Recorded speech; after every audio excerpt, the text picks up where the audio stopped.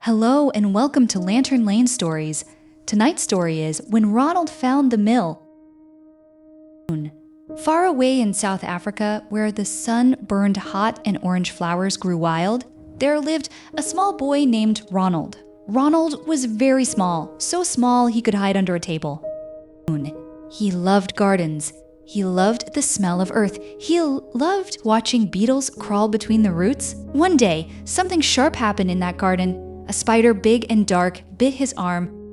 Ronald cried, but later he could barely remember it, yet he would remember it forever, not as pain, but as a picture.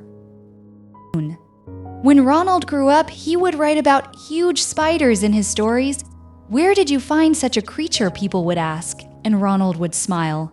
"In a garden I once knew."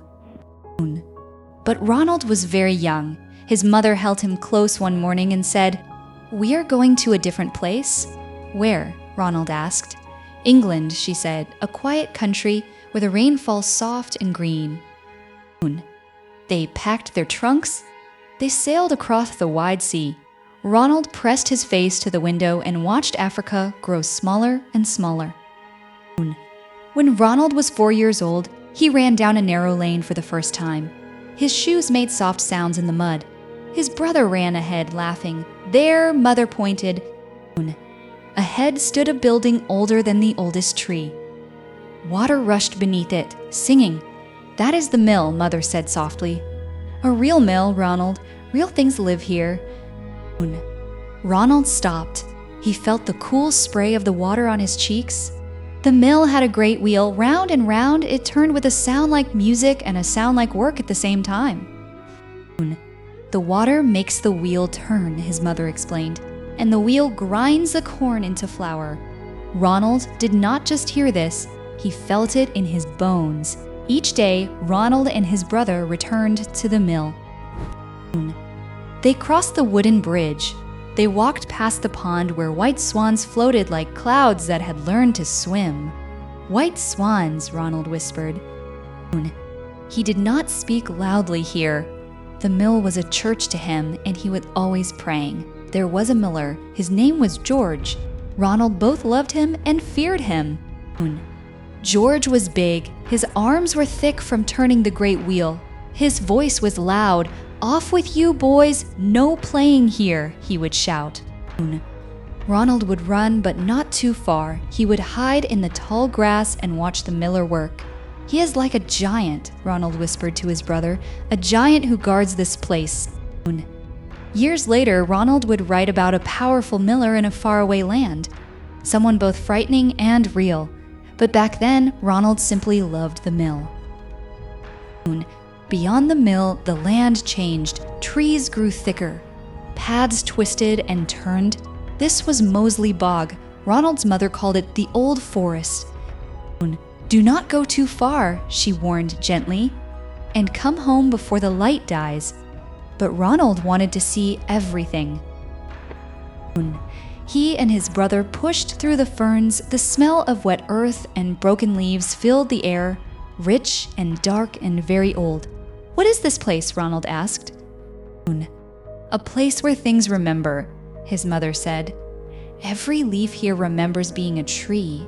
Every tree remembers being new." Ronald did not understand, but he understood that she was telling him something true. The trees in the bog twisted into shapes like creatures. Their roots crossed the path like sleeping fingers. "Do the trees sleep?" Ronald asked. "Yes," his mother said. "They sleep standing up. Very slowly, they grow old."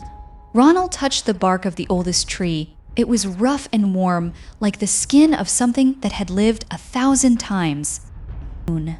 "You are very old," he told the tree.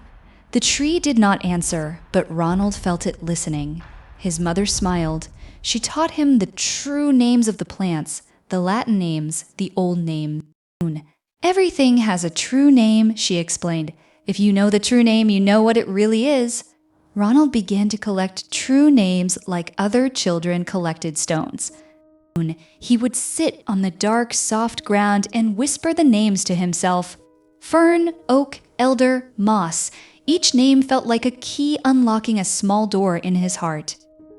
His mother said, "One day, Ronald, you will make stories from this place." Ronald did not believe her. He was only 7 years old. How could he make stories? But his mother knew something he did not yet know. Many years later, Ronald sat at a desk with a pen in his hand. He was writing a story. This story was filled with everything he had ever loved.